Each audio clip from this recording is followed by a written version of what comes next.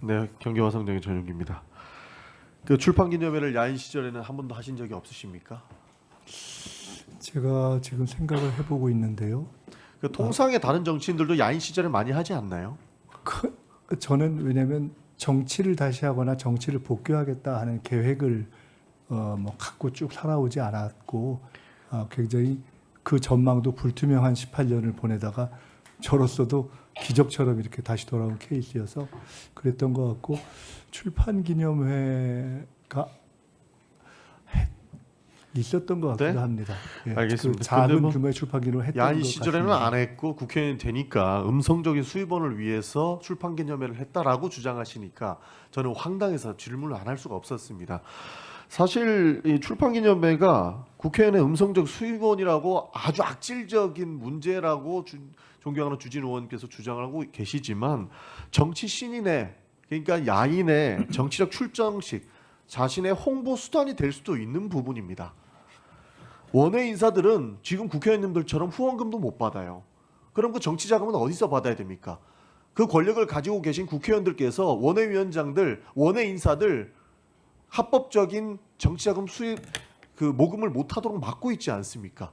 그렇기 때문에 그 수익으로 인해서 본인의 정치 활동을 영위할 수 있게끔 하는 것인데 그것을 음성적인 수익원으로 이야기한다. 재산이 수십억 원씩 있는 사람들은 이해를 못할 수 있으나 돈 없는 사람도 정치해야죠. 그래야 세상이 바뀌지 않겠습니까? 그리고 조의금으로 시비 거는 거는 저는 굉장히 황당합니다. 그러니까 당신이 권력이 있기 때문에 그 많은 사람들이 와서 그 많은 돈을 냈을 것이다 라고 주장하는 건데 가족이 돌아가셨을 때 위로금 성격으로 주는 돈입니다. 그리고 현금의 융통이 있었다라고 지속적으로 주장을 하는데 후보자께서는 본인의 책임, 과거에 문제 있었던 거 인정하시고 그 사회적 책임을 다하기 위해서 가족이 상을 당하셔서 그 돈을 가지고도 추징금을 납부하셨어요.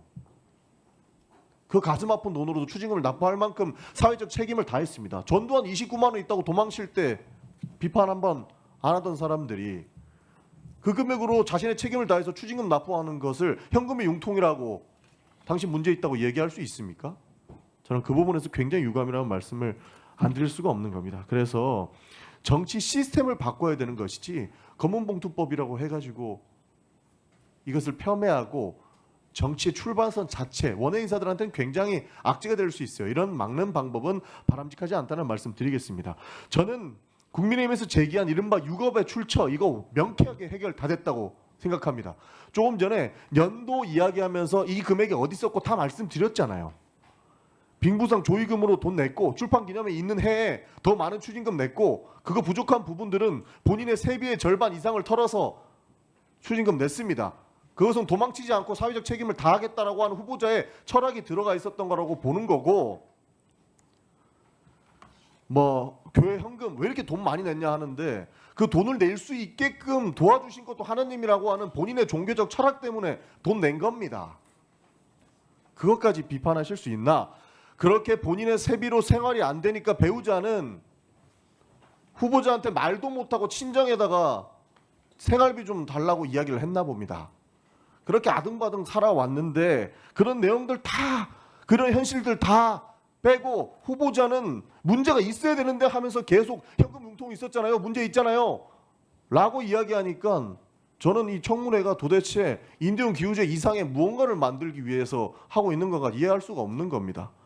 그래서 명쾌하게 해결됐으니까 제발 이 문제는 더 이상 흠집 내경으로 되지 않았으면 좋겠다. 본인들이 수입으로 문제 제기하고 의심하는 것들을 다 모아가지고 6억을 장롱안에 섞어 넣었다. 이런 가짜뉴스 거짓말 왜곡 현상 왜곡 발언들은 좀 안 했으면 좋겠다는 말씀을 좀 드리겠습니다.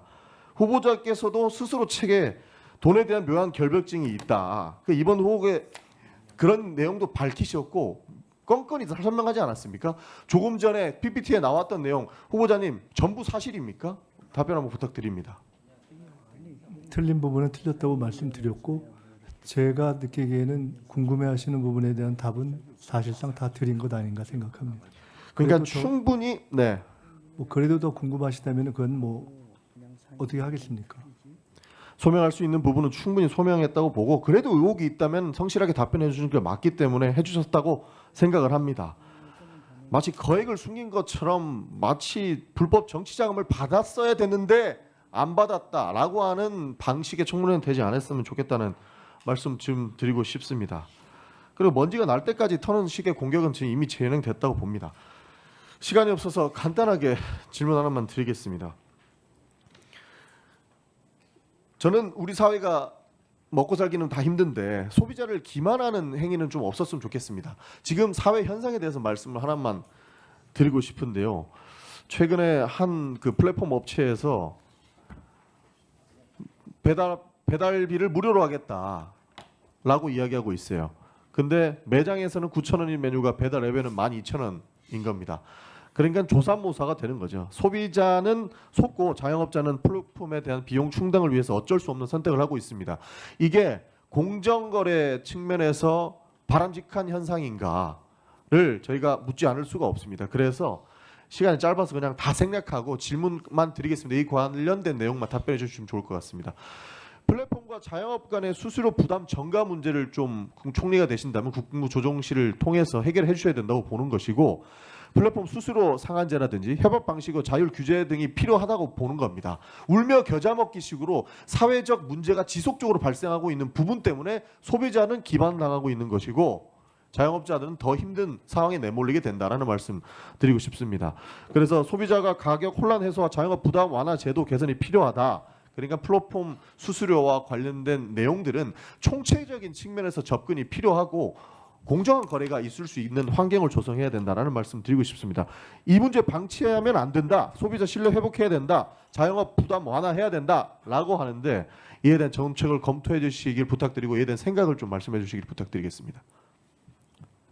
플랫폼 문제는 얼마 전에 청문회 관련한 정책 학습을 하는 과정에서도 물가와 연동해서 조사를 하고 토의를 하는 과정에서 예를 들어 음식 배달과 관련해서 실제로 배달이 아닌 픽업의 경우에조차도 수수료를 부과하는 방식으로 가는 것이 굉장히 본말이 전도됐다라는 지적을 한 바가 있고 이후로도 계속 살펴볼 생각입니다.